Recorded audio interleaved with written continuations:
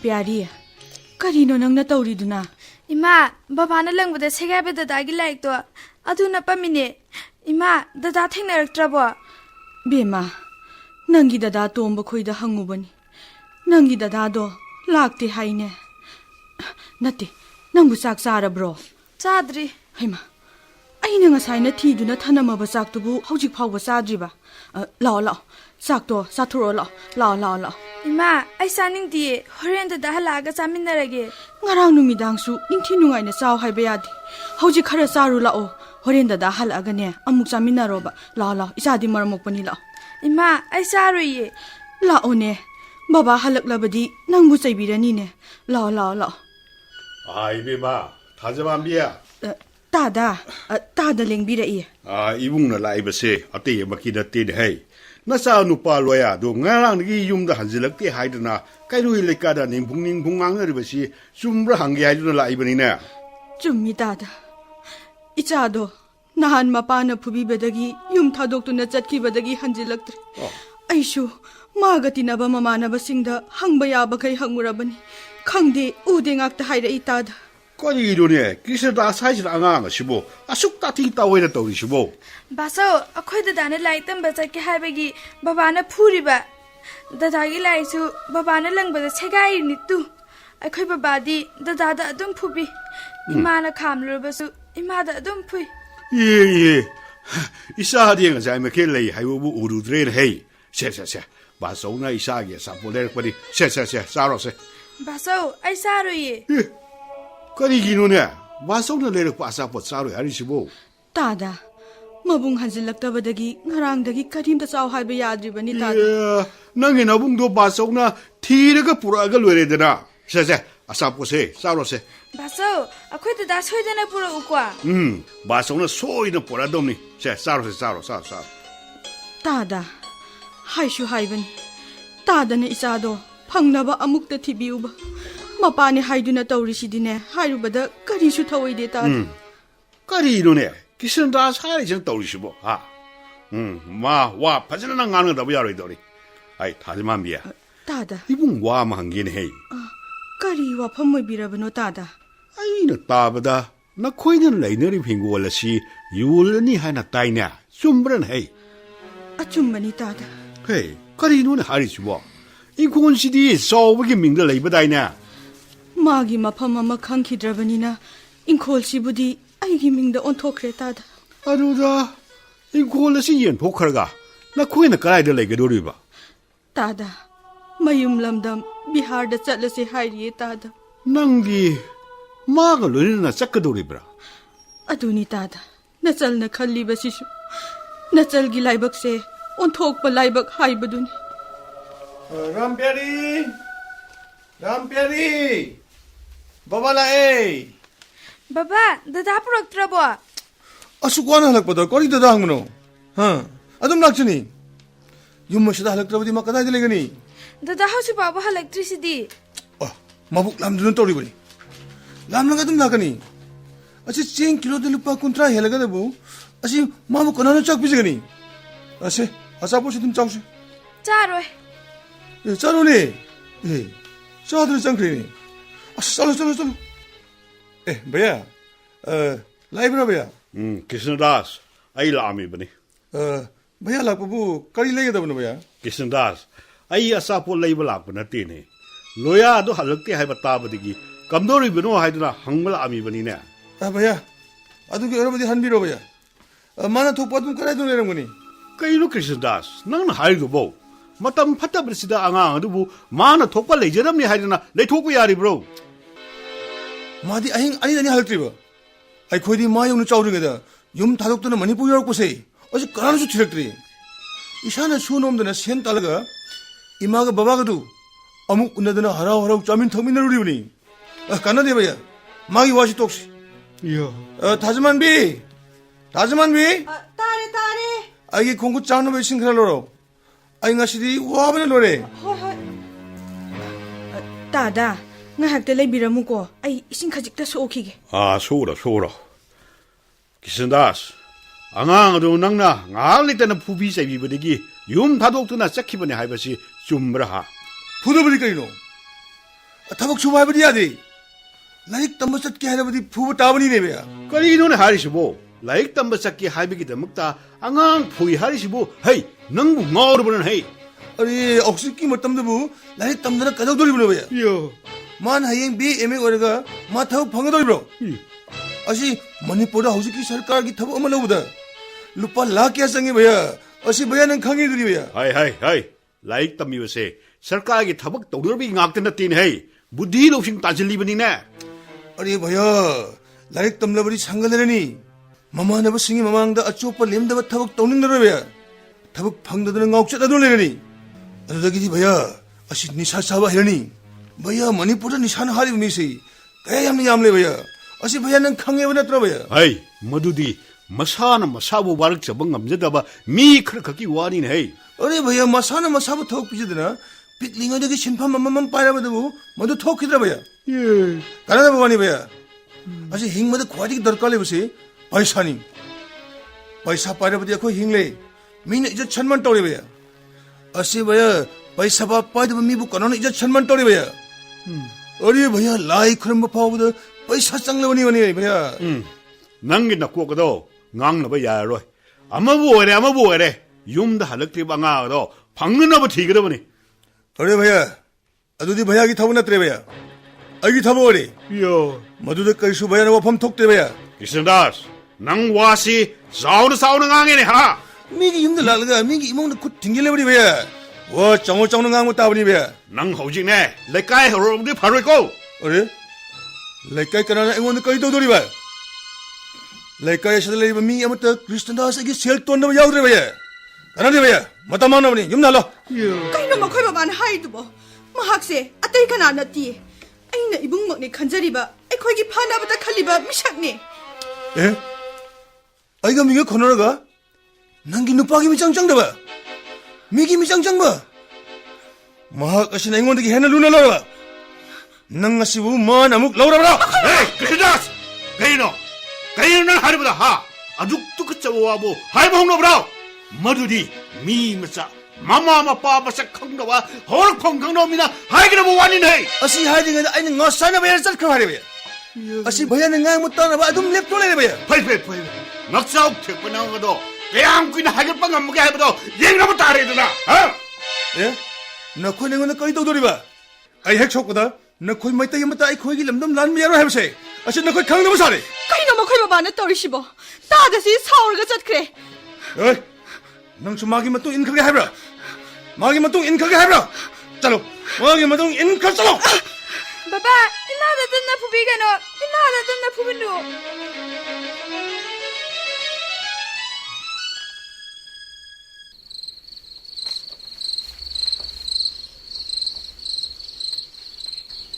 ꯑꯩꯒꯤ ꯌꯨꯝꯁꯤ ꯐꯅꯗꯤ ꯌꯥꯝꯅ ꯁꯦꯝꯖꯤꯜꯂꯝꯃꯤꯁꯦ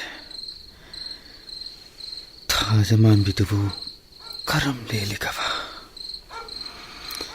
ꯏꯆꯥꯗꯣ ꯐꯅꯗꯤ ꯆꯥꯎꯔꯝꯂꯅꯤꯁꯦ ꯏꯆꯥꯗꯨꯒꯤ ꯆꯥꯎꯝꯕ ꯅꯨꯃꯤꯠꯇꯅꯤ ꯑꯩꯅ ꯌꯨꯝ ꯑꯁꯤ ꯊꯥꯗꯣꯛꯇꯨꯅ ꯆꯠꯈꯤꯕꯗꯣ ꯑꯩꯕꯨ ꯎꯕꯗ ꯃꯃꯥ ꯃꯆꯥꯅ ꯀꯌꯥꯗ ꯍꯔꯥꯎꯖꯒꯕ ꯃꯇꯝꯁꯦ ꯐꯅꯗꯤ ꯊꯦꯡꯂꯦꯁꯦ ꯃꯃꯥ ꯃꯆꯥꯗꯨ ꯇꯨꯝꯂꯝꯕꯗꯤ ꯌꯥꯔꯦꯁꯦ ꯑꯩ ꯍꯦꯛꯇ ꯍꯧꯗꯣꯛꯂꯒ ꯂꯣꯏꯔꯦ ꯉꯁꯤꯗꯤ ꯃꯃꯥ ꯃꯆꯥꯁꯦ ꯄꯨꯔꯒ ꯑꯩ ꯆꯠꯈ꯭ꯔꯒꯦ थाजमानबी तारिब्रा खुमजिदुबु आइबु सावरिबा हाइबद्रो मखोय बाबा करी हाइबनो आंग तुमखब्रा होय तुमख्रे आंग तुमखबदि आइगी नातलो हक्चांग से मुक्त नमनो लाव हाइबा थबक सु हेमंद्र हक्चांग से पुमथिं थिंदोले हाइबा होय लागे अंगांगी कांखल से अंत येपसलांखिगे ꯑꯩꯒꯤ ꯊꯥꯖꯃꯥꯟꯕꯤꯅ ꯑꯇꯣꯞꯄ ꯅꯨꯄꯥ ꯑꯃꯗ ꯃꯌꯨꯝ ꯄꯥꯜꯂꯕ ꯁꯣꯏꯔꯔꯣꯏ ꯑꯩꯅ ꯈꯜꯂꯤꯕꯁꯦ ꯆꯨꯝꯂꯒꯅꯤ ꯑꯩꯅ ꯈꯟꯖꯔꯝꯕ ꯑꯁꯥ ꯄꯨꯝꯕ ꯑꯔꯦꯝꯕ ꯇꯥꯔꯕ ꯑꯉꯛꯄꯅꯤ ꯅꯨꯄꯤꯒꯤ ꯊꯃꯣꯏ matam amada aibu punsigi thadoloi hairamba mana ngasina atopa nupa amaga ainade mabu thamoi sengna nungchiki aduga mana aibudi kautthokpa ngamlaba aibu aigi isadubu amuktang unaramkisira unararoi ai kana matada ayekpa panba piraroi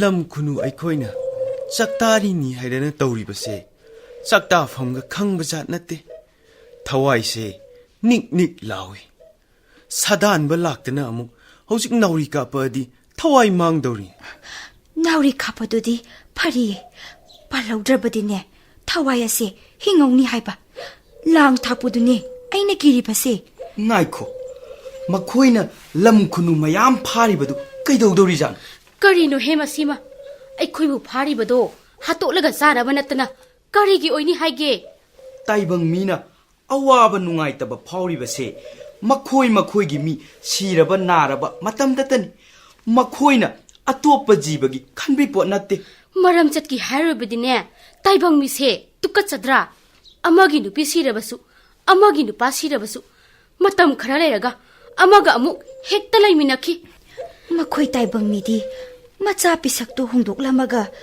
atopada mayun pamba ngamlini kaino aikhoi lang khunudi adumnaga tawja lakchadi irumdagi pokhaibadagi loina duna talaklaba lang khunu natana atopa amaga nomata loina jarude ngai khone aikhoi lang khunu singsibu taibang mina siraba matungda taibang migi thawaina olakpani haidaine hainei adu werabadi mapa mapu mama mapa hatpa ngamba macha masu singsibu karamba macha masu no haiwani adubu ahal laman kharadi langban thada ching thoiding phau thadoktuna pija pithak tawrisidi hera madudi imung khara ka kiwani da mayam nauri pai bale pairase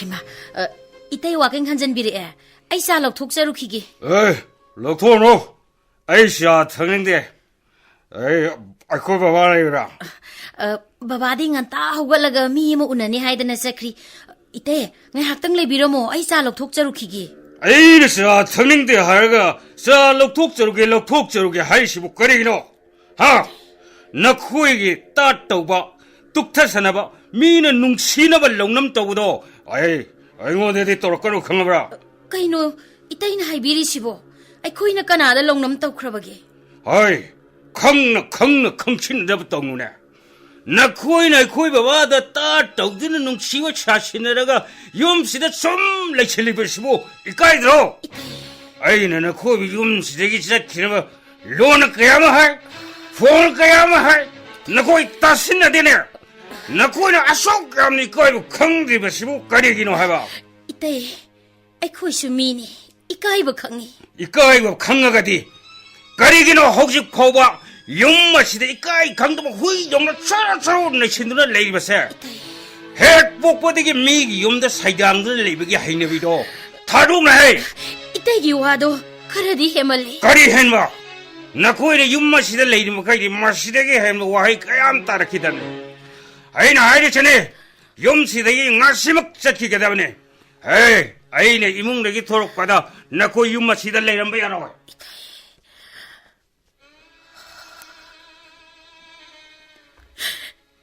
he taibang panba nang nei khoi gi laibak tambiram basibu karamba laibak no yum kai leitaba ai khoi mukton ba mga sige taibang pan basida leram kigadra ꯑꯩꯈꯣꯏꯕꯨ ꯁꯨꯛ ꯋꯥꯅ ꯍꯤꯡꯍꯟꯕꯤꯒꯗꯕ ꯂꯩꯔꯕꯗꯤ ꯀꯔꯤꯒꯤ ꯇꯥꯏꯕꯪ ꯃꯤ ꯑꯣꯏꯅ ꯄꯣꯛꯍꯟꯕꯤꯔꯝꯂꯤꯕꯅꯣ?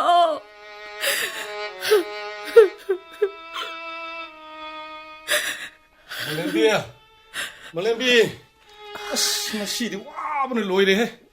Lau sangam dum tadi loisel lagi dan na khoiru bai bro ne. Angam tan bai bro haksang si po be tai he ngasi di. Kaidora. Kapiro. Kaidora ke. Nati kanana kari haire ke kaidora ke banangbu.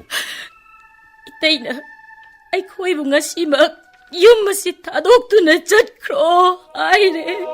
Kuri akhoi dadana yu ngaur ngangi oini.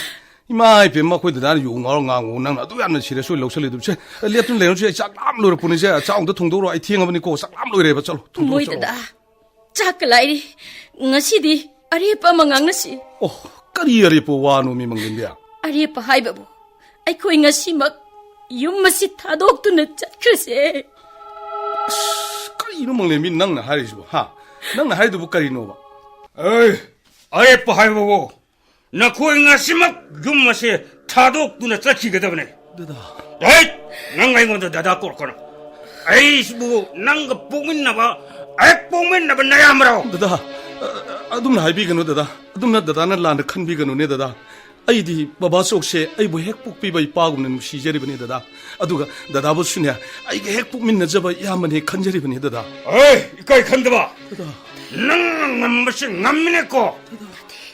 미기 빽하고 용맛이를 내 신뢰하려가 이문기 피범 아무때 여행되나 용빨라니 누삐 디라니 하나 디범 남미네. 에이쇼 나 코이 돈을 레이폼 짜펌이 칼럼드라버디 나는 용빨라마니. 이때이 뿜나막 ꯑꯩꯈꯣꯏꯅ ꯂꯥꯟꯕ ꯉꯥꯛꯇꯅꯤ. ꯃꯈꯥ ꯇꯥꯕꯤꯔꯅꯨ 이때이. 그래 막하 따다봐. 비석 빌링가되기 바바를 이마시다 부럽드나 싸움을 욕비래. 마이마신 따말래. 아주다기 핸드 없드나 나용 보고 빨래잖아. 아치다 뺀다더나 이마시다 좀 레실리바네봐. 나 코인 걸리듯이 이마시다 좀 레실레라가. 삐크라바 행골 잠못지 가서 나 코이기서 사룩 lau게 세니네. Nate dada. Adumna lana khanbigano dada. Ai hingol sangbaldana aduk hana mi hoba mi dudi ai na side ko dada. Ai yum sidagi ne samra ma phayamagi lanthum loge haina khanjade ko dada. Singmani dada. 나 코이는 간바부 아이세 놈이 슈퍼 유ngauduna talleire. 가리마다 강모 시네나.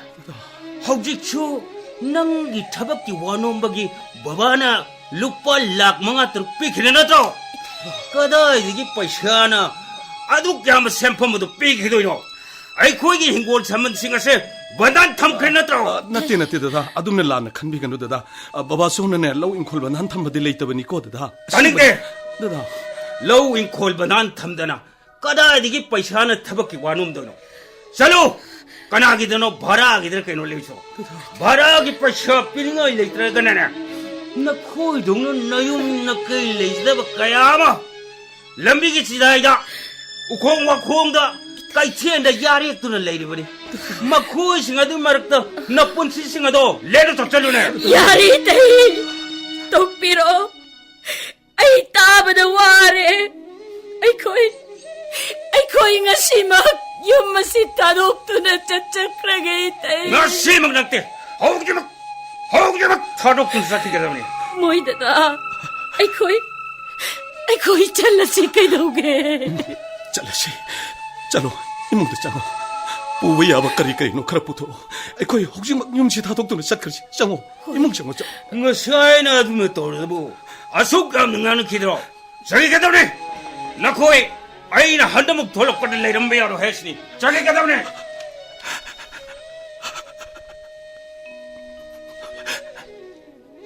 Ima, Baba, nakoy na chaibu mihoy na pupiram madagini ko. Ay na heng mirol tarak padaging asipaw at mitkipi kang danil leli ba siya. Asum na nasa pugtulagaw ko siya kuyagum na lang tukpirang madawalay na pati. Aybu karigi mihoy na pupiram libano. Hey, sir. Nandi pum naman kuri ba ne? 뿜나막 강리바네. 아이고는 비비리마 든디에시고 아이게 까리 이랄기노. asumna pun siya silalan bigada wo irabadi ay matangi mapogtade ay mi woy na pugchararoy ay mi woy na hiningre ay mi woy na hingbapamdre Moy dada Chalasira Chalasi Hai Nakuya ni nakawaya laga tulay dugo Karay sa kihari ba no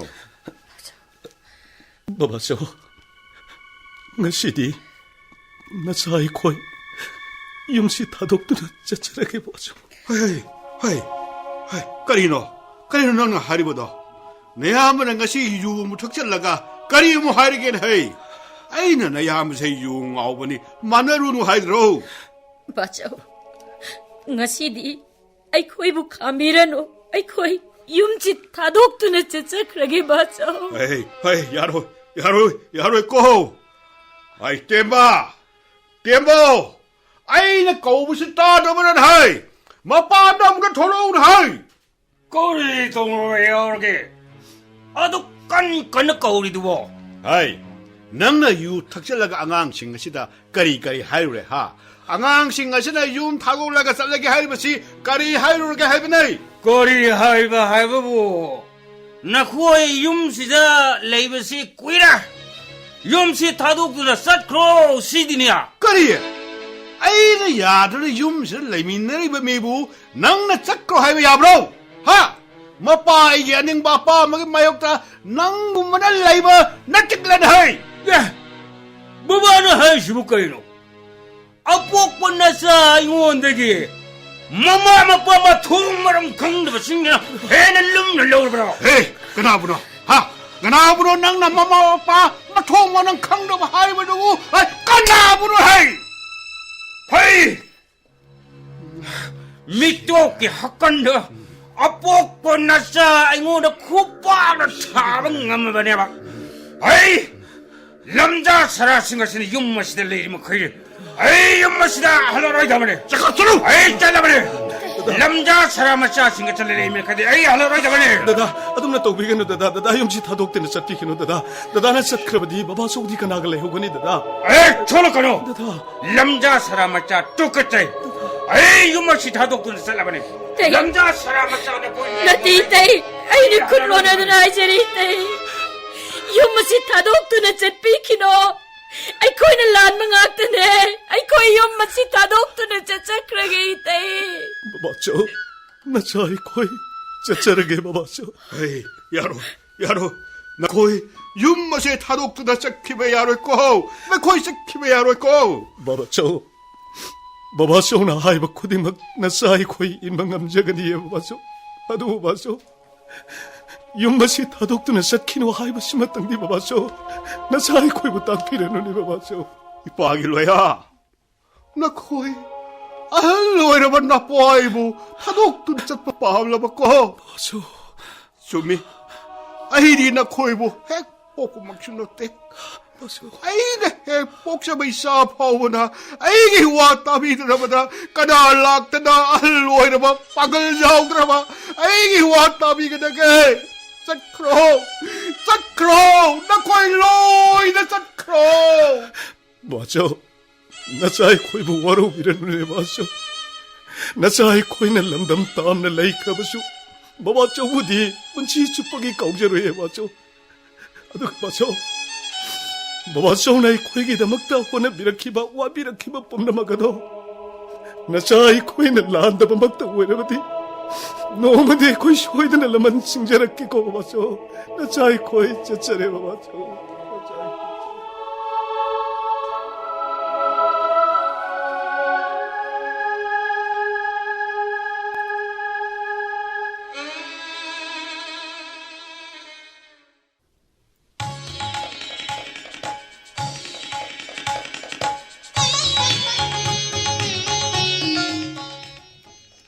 멍렘비야 Moida ꯑꯩꯈꯣꯏ ꯕꯥꯕꯥꯆꯧꯁꯤ ꯀꯥꯎꯊꯣꯛꯄ ꯌꯥꯗꯦꯀꯣ ꯃꯥꯒꯤ ꯃꯄꯥꯟꯅꯤꯅꯦ ꯑꯩꯈꯣꯏꯅ ꯉꯁꯤ ꯌꯨꯝ ꯏꯪꯈꯣꯜꯒ ꯂꯦꯞꯇꯅ ꯃꯤꯑꯣꯏꯅ ꯍꯤꯡꯕ ꯉꯝꯖꯔꯤꯁꯤ ꯅꯠꯇ꯭ꯔꯥ Kaidaubay kauktuktoy no moida Moida na bachaw nung sibadudagi tadana ay siya bachaw nung sirini ꯑꯗꯣ ꯃꯪꯂꯦꯝꯕꯤ ꯅꯨꯡꯁꯤꯗ꯭ꯔꯥ ꯀꯩꯕꯣ ꯅꯪ ꯑꯩꯒꯤ ꯍꯧꯈ꯭ꯔꯕ ꯄꯨꯟꯁꯤꯁꯤꯡꯗ ꯂꯦꯜꯂꯛꯈꯤꯕ ꯄꯨꯟꯁꯤ ꯃꯔꯦꯜꯁꯤꯡ ꯑꯗꯨ ꯑꯩꯅ ꯂꯥꯏꯔꯤꯛ ꯇꯝꯅꯒ ꯃꯤꯒꯤ ꯃꯇꯨꯡ ꯏꯟꯗꯅ ꯆꯦꯛ ꯁꯨꯕ ꯖꯨꯒꯥꯂꯤ ꯑꯣꯏꯅ ꯂꯦꯜꯂꯛꯈꯤꯕ ꯄꯨꯟꯁꯤ ꯃꯔꯦꯜꯗꯣ ꯈꯜꯂꯨꯕꯗ ꯄꯨꯛꯅꯤꯡꯁꯦ ꯍꯦꯛ ꯅꯨꯡꯁꯤꯔꯛꯏꯅꯦ ꯅꯤꯡꯁꯤꯡꯂꯨꯕꯗ ꯑꯩꯗꯤ ꯀꯞꯄꯨ ꯀꯞꯅꯤꯡꯂꯛꯏ ꯏꯃꯥ ꯕꯕꯥ ꯂꯩꯈꯤꯗ꯭ꯔꯕ ꯃꯇꯨꯡꯗ ꯏꯅꯦꯅ ꯑꯩꯕꯨ ꯃꯤꯒꯤ ꯃꯌꯨꯝꯗ ꯊꯕꯛ ꯏꯟꯈꯥꯡ ꯁꯨꯍꯟꯗꯨꯅ ꯂꯩꯍꯟꯈꯤꯕꯗꯣ ꯊꯥꯒꯤ ꯄꯩꯁꯥ ꯈꯔ ꯌꯨꯝꯕꯨꯗꯨꯅ ꯄꯤꯔꯛꯄꯗꯨꯁꯨ ꯏꯅꯦꯅ ꯑꯗꯨꯝ ꯄꯥꯏꯁꯤꯜꯂꯤ ꯑꯩꯅ ꯃꯤꯒꯤ ꯃꯌꯨꯝꯗꯨꯗ ꯌꯨꯝꯕꯨꯗꯨꯒꯤ ꯃꯆꯥꯁꯤꯡꯗꯨꯅ ꯁꯦꯠꯄ ꯐꯤꯃꯦꯜꯁꯤꯡꯗꯨ ꯁꯦꯠꯇꯨꯅ ꯃꯈꯣꯏꯅ ꯆꯥꯕ ꯂꯣꯏꯔꯕ ꯑꯔꯦꯝꯕ ꯈꯔ ꯑꯗꯨ ꯆꯥꯗꯨꯅ ꯂꯦꯜꯂꯛꯈꯤꯕꯗꯣ ꯀꯔꯤꯒꯤꯅꯣꯅꯦ ꯅꯪꯅ ꯑꯗꯨꯛ ꯌꯥꯝꯅ ꯏꯃꯣꯁꯅꯦꯜ ꯑꯣꯏꯁꯜꯂꯛꯏꯗꯨꯕꯣ ꯅꯪꯁꯤꯅ 이모ꯁꯅꯦꯜ ꯑꯣꯏꯃꯟꯈ꯭ꯔꯦ ꯑꯗꯣ ꯑꯩꯅ ꯅꯪꯅ ꯂꯩꯔꯤꯕ ꯏꯃꯨꯡꯗꯨꯗꯕꯨ ꯆꯦꯛ ꯁꯨꯕ ꯌꯥꯎꯔꯝꯗ꯭ꯔꯒꯕꯨ ꯑꯩꯈꯣꯏꯅꯤ ꯊꯦꯡꯅꯈꯤꯗ꯭ꯔꯅꯦ ꯑꯩꯒꯤ ꯑꯁꯥꯒꯤ ꯃꯌꯣꯜꯁꯨ ꯆꯪꯂꯛꯈꯤ ꯑꯩ ꯍꯤꯡꯅꯤꯡꯕ ꯐꯥꯎꯔꯛꯈꯤ ꯑꯗꯣ ꯉꯁꯤꯗꯤ ꯑꯩꯈꯣꯏ ꯌꯨꯝꯂꯤꯡ ꯈꯨꯂꯤꯡꯗꯅ ꯏꯪꯈꯣꯜ ꯃꯆꯥꯁꯤꯃꯒ ꯂꯩꯖꯔꯒ ꯌꯨꯝ ꯃꯆꯥꯁꯤꯃꯒ ꯁꯥꯔꯒ ꯑꯩꯈꯣꯏ ꯂꯩꯕ ꯉꯝꯖꯔꯦꯗꯅ ꯃꯣꯏꯗ ꯁꯤꯗꯒꯤ ꯍꯦꯟꯅ ꯅꯨꯡꯉꯥꯏꯕ ꯑꯃ ꯂꯩꯇ꯭ꯔꯦ ꯇꯣ ꯑꯗꯨꯅꯦꯕ ꯑꯗꯨꯅ ꯑꯩꯅ ꯊꯃꯣꯏꯗꯣ ꯆꯥꯎꯊꯣꯛꯑꯕ ꯑꯩ ꯃꯪꯂꯦꯝꯕꯤ ꯀꯩꯗꯧꯔꯒꯦ ꯃꯣꯏꯗ ꯊꯣꯡꯒꯥꯜꯗ ꯀꯅꯥꯅꯣꯅꯦ ꯅꯨꯄꯤ ꯃꯆꯥ ꯑꯃ ꯆꯪꯉꯛꯏꯁꯤꯕꯣ ꯀꯅꯥꯅꯣ ꯁꯤꯕꯣ ꯑꯩꯈꯣꯏ ꯁ꯭ꯋꯥꯏꯒꯤ ꯑꯉꯥꯡꯁꯨ ꯃꯥꯟꯗꯦ ꯑꯩꯕꯨ ꯑꯃꯨꯛꯇ ꯎꯗ꯭ꯔꯤꯅꯦ ꯃꯁꯤꯕꯣ ꯕꯦꯃꯥ ꯀꯅꯥ ꯍꯪꯕꯅꯣ ꯆꯪꯉꯣ 이ꯕꯦꯝꯃ ꯀꯅꯥ ꯍꯪꯕꯅꯣ ꯅꯪꯕꯣ ꯀꯅꯥ ꯍꯪꯕꯅꯣ 이ꯕꯦꯝꯃ 이놈아 ꯀꯩꯅꯣꯝꯇ ꯍꯪꯖꯒꯦꯕ hangone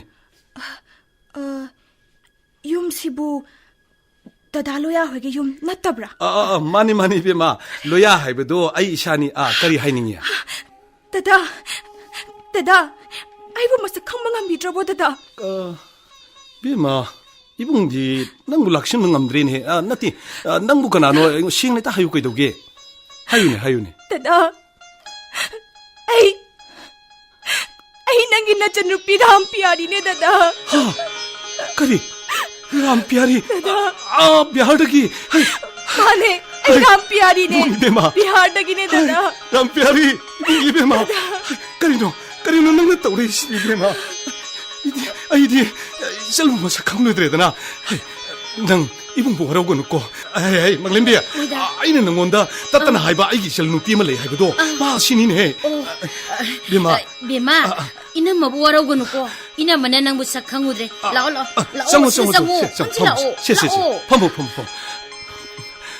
혹시 그래다 이분 이베마 그리노 낭 나탄다 도레시디야 영호이 이분은 내야 이셀기 콩물시에 리게 하드나 아이 깨락하는 칸 기분이 꼴베마 나봉나 윰 타독나 잣기분 미라도되기 이셀부 까오벌레 있다버니네 이셀기 콩골 리게 하면서 이 깨락하는 칸 기분이네 아두분이 해 니오이네디 뽁라가 니오이버기 타모이시 엔다바 샤게 북첼 센바싱가 도탱나가니 칼루바다기네 이분은 이셀기 콩골 리라키다버니고 ngài ko isel na ibung inak talak pabu nang kari haining ba lege hayune nabung ne isel gi damuk ta tawba ngamoi da karim ta leite hayu nang karim pising na ganu ko hayu se hayu ni dada hayu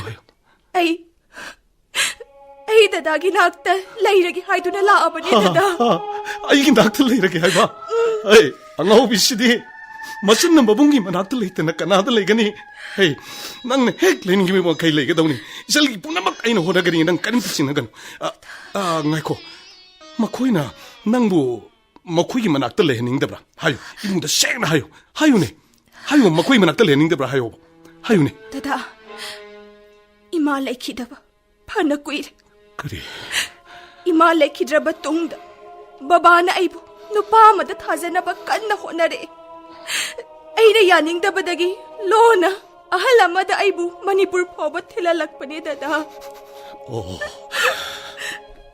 마시르바코 파이 시키스노 시키바나 사룩 싸메 해나 파이 마코이 굼바싱가도나가 시기 말레마 시달레레가네 말렘 프티브세 룸나나바니 시키바나 해나 파이 모이다 kaino moida hana haibirido bo ibema se mapukning nang sikiniye moida bachau sulai ha bachau lai bachau somda lengbiro somda lengsenbiro somda bachau sida lengsenbiro bachau ai bachau ida laksharam abne bachau ai tolo phange hadana bachau da ai pesa pige na adu bachau leram da badu da ai adum halbani bachau loya bachau namne yungonde pido pesa se hemangkren hey 아이 ngasi lorore ko kaino haiju ba nang nangi tolop hek phangma khudingi tangkhai ngonde pibese kuile ngasi degi di pirunu na khoi thamjin jaro na hei 야디 바소 까이누네 바소 나 하이비리시보 바소네 핵 힝링가이네 바소 아둠 로비게 덤니고 아이는 가시 오이리 비병체 바소 바소나 아이부 신비력 버득이 나트네 바소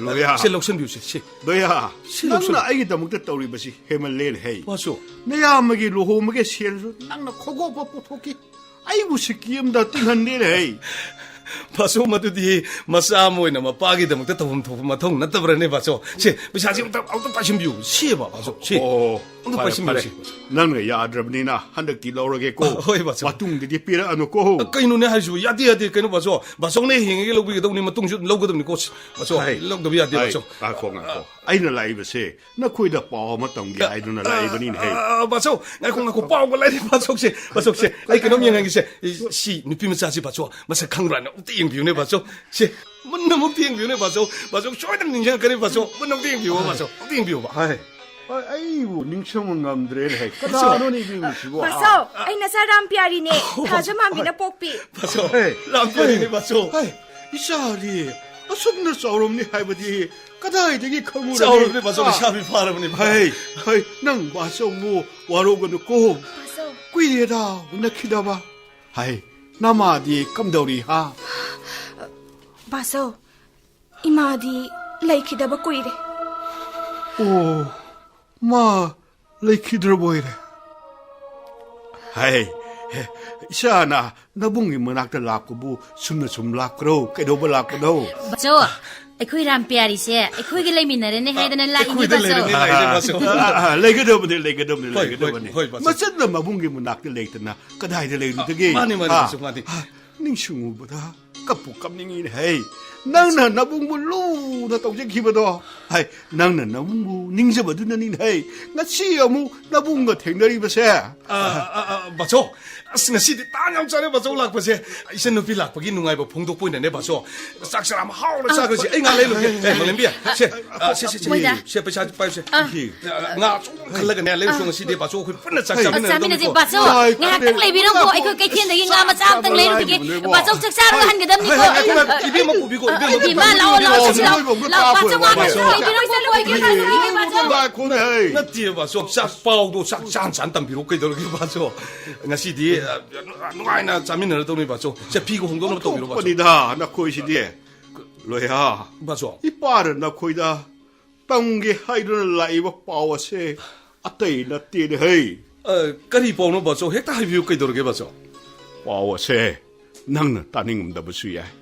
아도부 묘의 밤아 호이나 땀다베 야드르나 땀가도리버니고. 아도 까리 보는 거 봐줘. 나 사다 하이브 꽤 도게 하는 꼭다 하이비우 꽤 도르게. 아떼이 까리 수나티다. namu popo babado leiki re haidna mina pau hairei garang leiki da bo oira mane ne hei ma leitra bako baso ma leita baki pau oire baso na haibiri basidi baso na di ma garang leiki re haidna haibiri adubu baso aigi pamnakidi mahak 지키바 얌나 꾸이래 봤쇼 아이네 핵 미롤 따락바디 막 시키라메 봤쇼 로야 낭나 레비바 피에와도 홍루운 헤이 낭나 하이고 와 홍근다 버시라 아이 낭온다 하이닝고 와 까야마 하이빙 엄드러버니네 헤이 나 코이 nga가 사바야바다 테고 소리 버fam다 레이마나 아마도 올버수 깎거더버니고 아이 쌀레 헤이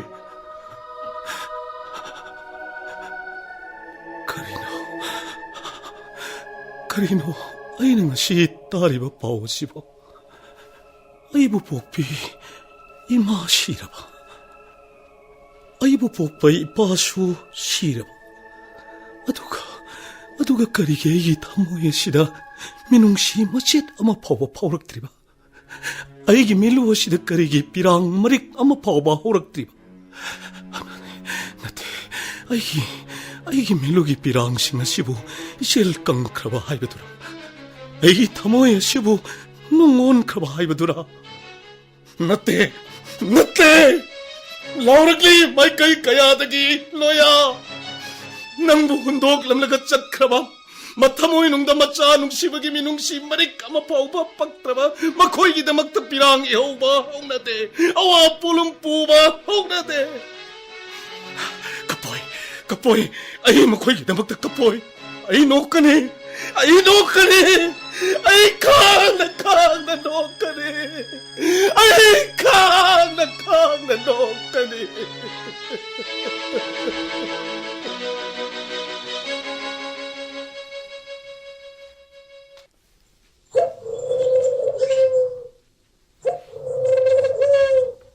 ꯍꯧꯖꯤꯛꯁꯦ ꯈꯔ ꯏꯪꯂꯛꯂꯦ ꯂꯝ ꯈꯨꯅꯨ ꯑꯩꯈꯣꯏꯅ ꯄꯥꯝꯖꯕ ꯂꯥꯡꯕꯟ ꯊꯥ ꯍꯥꯏꯕꯗꯣ ꯑꯣꯏꯔꯛꯂ ꯃꯥꯜꯂꯦ ꯂꯥꯡꯕꯟ ꯊꯥ ꯆꯪꯂꯕꯅꯤ ꯑꯗꯨ ꯑꯣꯏꯔꯗꯤ ꯂꯥꯡꯕꯟꯒꯤ ꯍꯩꯁꯣꯏ ꯀꯠꯄ ꯃꯇꯝꯗꯣ ꯑꯣꯏꯔꯛꯂꯅꯤ ꯍꯩꯁꯣꯏ ꯀꯠꯄ ꯅꯨꯃꯤꯠꯇꯣ ꯉꯁꯤꯃꯛ ꯍꯦꯛ ꯑꯣꯏꯍꯟꯅꯤꯡꯉꯤꯗ ꯑꯩꯗꯤ ꯂꯥꯡꯕꯟ ꯑꯣꯏꯔꯛꯀꯅꯤ ꯈꯟꯕꯗ ꯇꯟꯕꯨ ꯇꯜꯂꯦ ꯀꯔꯤꯅꯣ ꯅꯪꯅ ꯍꯥꯏꯔꯤꯁꯤꯕꯣ ꯅꯪꯕꯨ ꯅꯆꯥ ꯅꯁꯨꯅ ꯀꯔꯤꯃꯠꯇ ꯀꯠꯄꯤꯗ꯭ꯔꯕꯣ ꯍꯣ ꯃꯃꯥꯡ ꯆꯍꯤꯗ ꯏꯆꯥ ꯏꯁꯨꯅ ꯀꯠꯄ ꯆꯦꯡ ꯊꯣꯏꯗꯤꯡ ꯐꯧ ꯆꯥꯎꯔꯅꯤ ꯍꯥꯏꯗꯅꯅꯦ ꯍꯔꯥꯎ ꯃꯈꯣꯏ ꯃꯄꯥꯒ ꯆꯠꯂꯤ ꯏꯃꯧ ꯅꯨꯄꯤꯗꯨꯅ ꯌꯥꯍꯧ ꯊꯦꯡꯉꯤꯒꯩ ꯍꯧꯒꯠꯂꯒ ꯀꯗꯥꯏꯗꯒꯤ ꯂꯝ ꯈꯨꯅꯨꯅꯣ ꯍꯥꯏꯗꯅ ꯆꯩꯅ ꯐꯩꯔꯪ ꯂꯪꯉꯛꯄꯩ ꯋꯥꯅꯤ ꯄꯥꯜꯂꯝꯗꯧꯕ ꯁꯝꯅꯥꯗ ꯂꯤꯠꯂꯤ ꯊꯋꯥꯏꯁꯤꯗꯕꯨ ꯍꯤꯡꯍꯧꯔꯕꯗꯤ ꯍꯥꯏꯗꯅ ꯄꯥꯏꯔꯛꯑꯦ ꯅꯃꯧ ꯅꯨꯄꯤꯗꯣ ꯀꯌꯥ ꯃꯊꯣꯡ ꯆꯥꯔꯝꯃꯣꯏꯌꯦ ꯃꯊꯣꯡ ꯆꯥꯕ ꯏꯃꯧ ꯅꯠꯇꯦ ꯃꯃꯥꯡ ꯆꯍꯤꯗꯗꯤ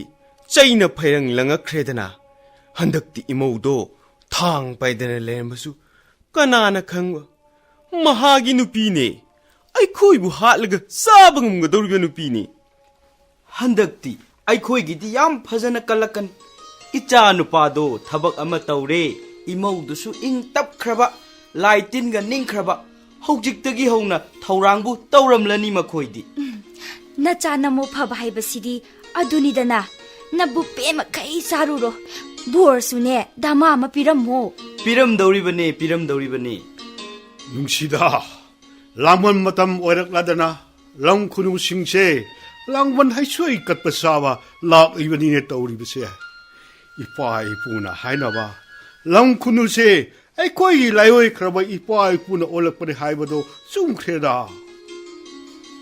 ꯍꯩ ꯀꯔꯝꯕ ꯑꯉꯥꯡꯅꯣꯅ ꯍꯩ ꯅꯥꯎꯔꯤ ꯀꯛꯀꯅꯨ ꯂꯝ ꯈꯨꯅꯨꯗ ꯅꯥꯎꯔꯤ ꯀꯛꯀꯅꯨ ꯍꯥꯏꯔꯒ ꯂꯝ ꯈꯨꯅꯨꯁꯤ 시로 만에네 딸에 애를 떠오르세 뭐시 양아우시 칸칸에 내려면 난 칸칸에 하리시네 난 이해라 허글로 라오세 마코이 물락라버디네 소이드나 파가가니 시 허글로세 케이노 예스 마콕시디 히나 뿡쪽 쫄래다나 허글로세 야로예 낭 씨바 야로예 낭 씨바 야로예 낭나 씨크라바디 아이디 까나가래 호가니 아힝 아맘바다 까나가 야래 미나가니 허걸로 낭 씨바 야로예 낭 씨바 야로예 낭 씨바 야로예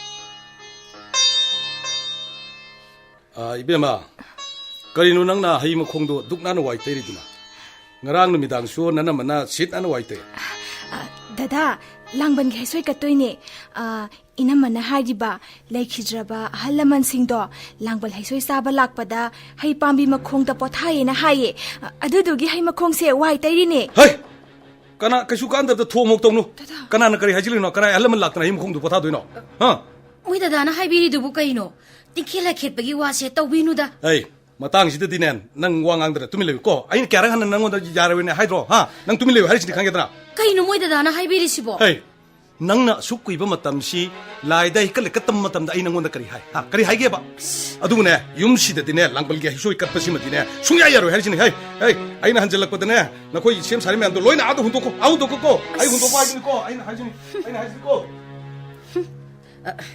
ꯕꯤꯃꯥ ꯊꯦꯡꯈ꯭ꯔꯅꯤ ꯂꯥꯛꯑꯣ ꯏꯅꯝꯃꯅ ꯁꯣꯏꯔꯤꯕ ꯍꯩ ꯔꯥꯁꯤꯡꯁꯦ ꯁꯦꯝꯄꯥꯛꯁꯤꯗ ꯑꯝꯇ ꯍꯥꯞꯀꯠꯂꯣ इनमा हुरेन दादा थोलगा अमुक सावरेद्रो माना सावरे हाइदना याब्रो लैखिद्रबा अहल लमनसिंदुगी इसिंग खुया Matang ओरबसु कत्तबा यारिब्राने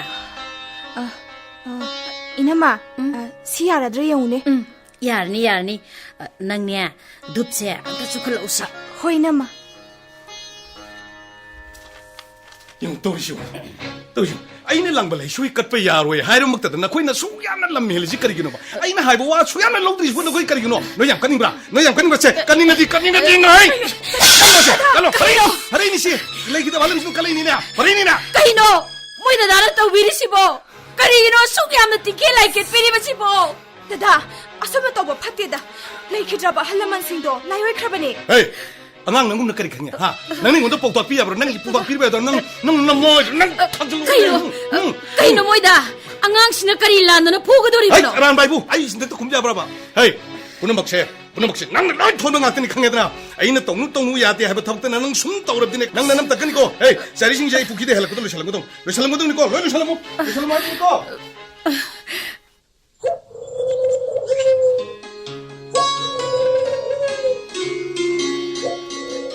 dine ibuk pen ba makai chara doini hari sini ngarang numidang hai khong da pothabadu kayam nungai sit nana waiga tai thoadana ai dine nungai man khadana mikap thokte dana aina hagolakpada di nang di leiramdre nungai na tumbadu da tumjara sanu haidana hogdok piramdrabani atai lai ko hore ne chaba makai cha thoklaga nasana sudane bor piramba kauni ko kauraida kaidobagi kaugdoribano oi kadumdagi lamkhunurene sida pairakna un seisida tarari sina dumdu krai sakrai o chaisina masidi chaisina pairang hekta kaino siro hey kaino moi da daranga sigi no misida tawbiri basibo lamkhunu singse laikidraba halaman singdugi thawaina onmane aibase moi da karimta khangbidra mane karigino do kyamno pap chengeda ba thabak sibu moi da na tawbiri basibo hey motivong chabalai balayo khaba halaman singdo modudine aina sirajino na seilangi si khangedra दादा ना खलिबो अखलदुबु समलिब्रो hey nang suni nang shikraba namadugi mafamda nang hey masung mata urbasu lei mana to nang kaningam kanida kaluso nang kaningba mafam noi kaningba mafam grai no kaluso togudubu ai yumsida dine karigom takpe ro hajin khangedra दादा आइगी लेखिद्रबा इमादो दादा गिसे इमा नत्रो नत्ते माइगी इमा नत्ते मचा पोक्थोलगा मचा now कोनिंगदब mama मपादबु आइगी पाइ मारो माइगी इमा नत्ते हाइसि खनमक फत्तबा लैपान तुकत जनरिबो ओक्ते बिसोइसनो नुपी मानबु पोपिरमद्रबदि ngasiगी taibang panbasibu uba pangbiram kikadro taibang pansi uramdabane hena saru cham paine tangara mamani di hairaga machabu na koningdaba macha pokthoklaga hondoklamlaga chatpangamba makhoi macha oina pokadogi sarupudina mathang poktadine ai mi oina pokchagroi tin ka oina pokchagroi hargini khangedara mi oibadi lairada taibang panbasida macha nungsidaba karamba jiba leramgadage mafamna matamna laibakna yakhidabadagi macha do kainaram khibada yai adubu thamoi nungi nungsibadudi khak manglam loi hey punnamakado igi famdadi minamani longnamni namthadin hey moi dadabu imagi khomlang mari kama phawba thapirak tabro ngasi phawbada imagi khomlang mari kamagi laman sing mangambi khabro 마기 후실라바 콩랑 브렉싱도 모두 탁룩되기네 아이고 무시기 미야마시나 샤마아저씨나 옥다비기 맞자니 하이드는 농나바다기 이마에 제 당근쯤에 짠풀 능기부치 강해더라 레이키드라바기 타와이보 이까이 쿰나비다바 마코이다 나기 타모이도 아이따 생나 똑같지 그래 능 아이고 똑같이 해봐 năng ai tu có chặt cái năng ai là tất cả cái gì năng ai đó sẽ tất cả cái gì năng chắc Tandraba suway yung masita doktor na chat kigani. Ay lam pyari bupuda yung masita doktor na chat kigani. Mine di ay naga ꯃꯤꯒꯤ ꯊꯃꯣꯏ ꯄꯥꯟꯗꯕ ꯍꯤꯡꯁꯥ ꯌꯥꯏꯇꯝꯕꯒꯤ ꯊꯃꯣꯏ ꯄꯥꯟꯕ ꯃꯤꯒꯤ ꯃꯅꯥꯛꯇꯗꯤ ꯑꯩ ꯀꯛ ꯂꯩꯔꯣꯏ 그러긴 해. 나 코에는 나오는 내려옵니다시고. 바바쇼 마나 떠오리면서 아무띠 예모 바바쇼 어이, 거리기로네. 하이것이 부자이사 카이리시고. 아. 랑반기 하쇼이 깎게 떠오보다 깎배야로이 하이드는 마는 랑카이리니 바쇼 너야, 까리는 너는 떠오리시고. 아. 또 호이긴 해. 낭봐. 바바쇼 바바쇼는 해나 강비리 버드네 바바쇼 까리기다 막다이나 레이키드분 마코이 마팜다 해깔 레까땀가 도이노네 바바쇼 아이네 해킹림 가이드네 마코이 마팜다 이 까리고 뱀 딱 강을 바바쇼 아이 하이마나 목깔라로이 레이마나 목깔라로이 하리시네 바쇼 아이 하리시네 바쇼 너야, 낭기 닝크르버디 홍으로 하이고 막할라도 타루 웃고. 분시 하이브시디. 마땅이나 카라수 태조 태진다고 그래버리네. 바쇼 아이디네 아이네 해킹림 가이 마코이 부네 눅시오 하이브심디네 아이 숭야야로 해지니 아이 숭야야로 거 바쇼 아이 하리시네 바쇼 너야, 하리시네 바쇼 마송의 낭무 뽀빠 낭기 이마 바바나 낭무 깨암 뭉치버게 하이버도 아이 와리 이르겠다. 와리겠지. 나하늘 입에 할물러버리 낭기 이마 바바기 맞땡 아무튼 야오보다 나이는 승땀루이 하이드나 와서 기부르되기 낭기 분시 아리에마다 망기 바따레 하이드나 아이는 낭원들 리더버니 아도 허직대 와리에도 리르겠다로 낭기 바바세 나오나 아흘라면 까이느키 얌나 와나 하오레이 낭기 이마서 어도 망아이네 얌나 와나 하오레키 마코이아니 유만 미너버 마뚱다 얌나 깐나 수놈도나 호내잡아대기 카라카라 누가이자락바 맞다무드다 낭무 마사오이나 팡자키 마코이나 낭부 마사오이나 팡자바다 까야게 맞다 카라오시키 마코이아니나 아수키 맞틱 루나 떡키 아도 숨토 하이두나 노마 라로룩 아마나 나 코이 바바다 쿨라이 카라가 파샤 카라가 시드르마자네 강호보 미 카라나 아로모 파워세 아르미다 삐부디기 라로브 싱어두나 마코이나 타놈니바 포싱어도 로브 라프 마텀다 아르미는 룸도나 까빠다 치키 낭기 바바수 파워도 따버디기 윰 타독드나 아돔 싱크레 아르미는 윰다 짱얼라가 마코이나 타놈바 쿠주 클라이 파샤 뿜바 뿌르가 삭키 아르미는수 라로브 쌍자만 삐하이르나 마부 파르나바 꿰티티키 라로브는수 알미다 뽀삐드나 마코이 미 할라라가 낭기 바바나 센 뿌들 생 하이드나 마부 꿰티 티키 낭기 바바나 할락들어바다 낭기 마나 삐글리브 낭부 얌나 와나 요렇게 뻑펑 캉드나 수범 노몽 캉드버디기 마양 마사 키선라스키 베까리다 타북 슈브 야우키 마두수 마땅 카랄 레리거리 미암나 까나키니 강너럭버디기 마란 수레이 내제데비 낭기 이마도 키스는다스 남너럭 까이나 끝 마시 바퉁다니 낭너 와칼 따르고 마tam다 키스는다스가 레미너럼리바도 낭나 윰 타독투다 sekhiba 누밋 니니 레이라가 낭기 바바 나코이 나마 나사 아니고 라우블락 아두 나마나 아토포 누파 아마다 mayum pan gare khangmadagi nangi baba yamna ning kaiki ahing duma aigi da mathwai nungai tada leiram laga ma na leiba mafamudura anki ma andhra pradesh da leiba koilagi khoni amada thabak suba yaw bajade nang hena khangni badode lo tek tek ubaida nangmun nahi tamba karam nang ngamgadori bano 낭기 바바나 타락바세나 낭문 나이 떠만 기분에 낭기 타박 상무게 빼차르수 낭기 바바나 타락 기바 빼차네 로야 낭기 이마 바부 아두 하나 와로구도 마코이 낭기 다먹다 얌나 와서 기분에 낭기 랩리바 피레워도 홍로 야다버디 아이 너무다 아생구도 하이룩번 기대버디네 로야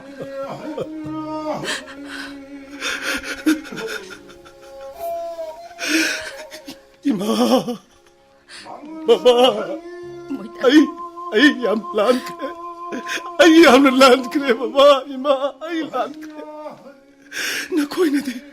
나코이네데 나자이기다막다 까야기 마틱 와비란바 아두가 아이네데 이마기다막다니 빠기다막다니 아이나 까리곰비마 파우마 칼레데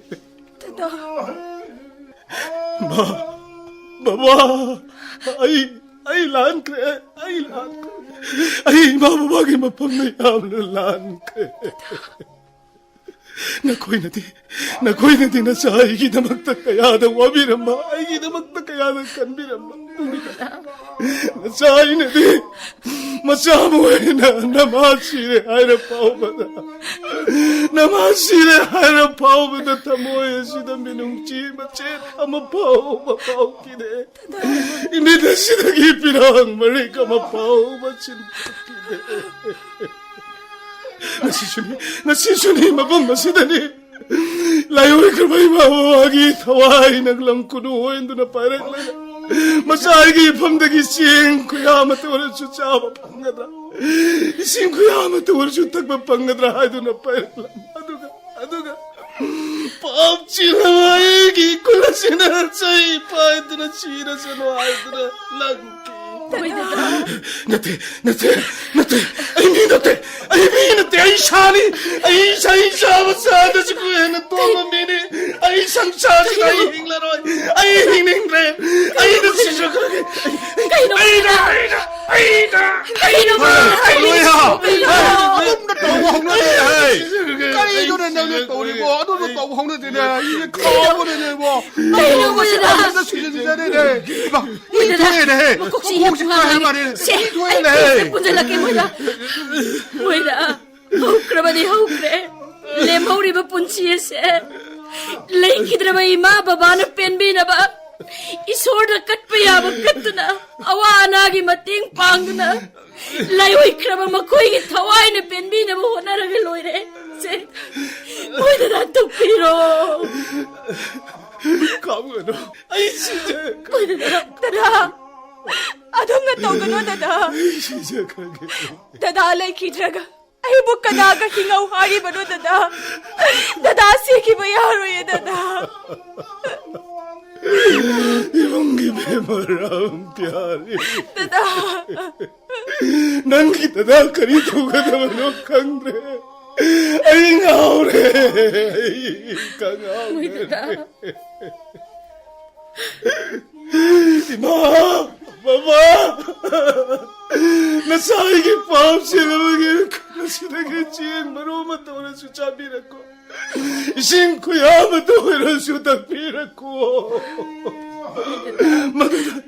마누나 나 사이나 이마 바바 길라바 생와이 마도 살절하게 바바 아니기 마밤다 나 사이나 와롱도나 틀라기 마데 아주 꾸이라 마담마세 이마 그럼 릴리 하이나이 아이 칼루데 아이 미코 마마타 칼루디에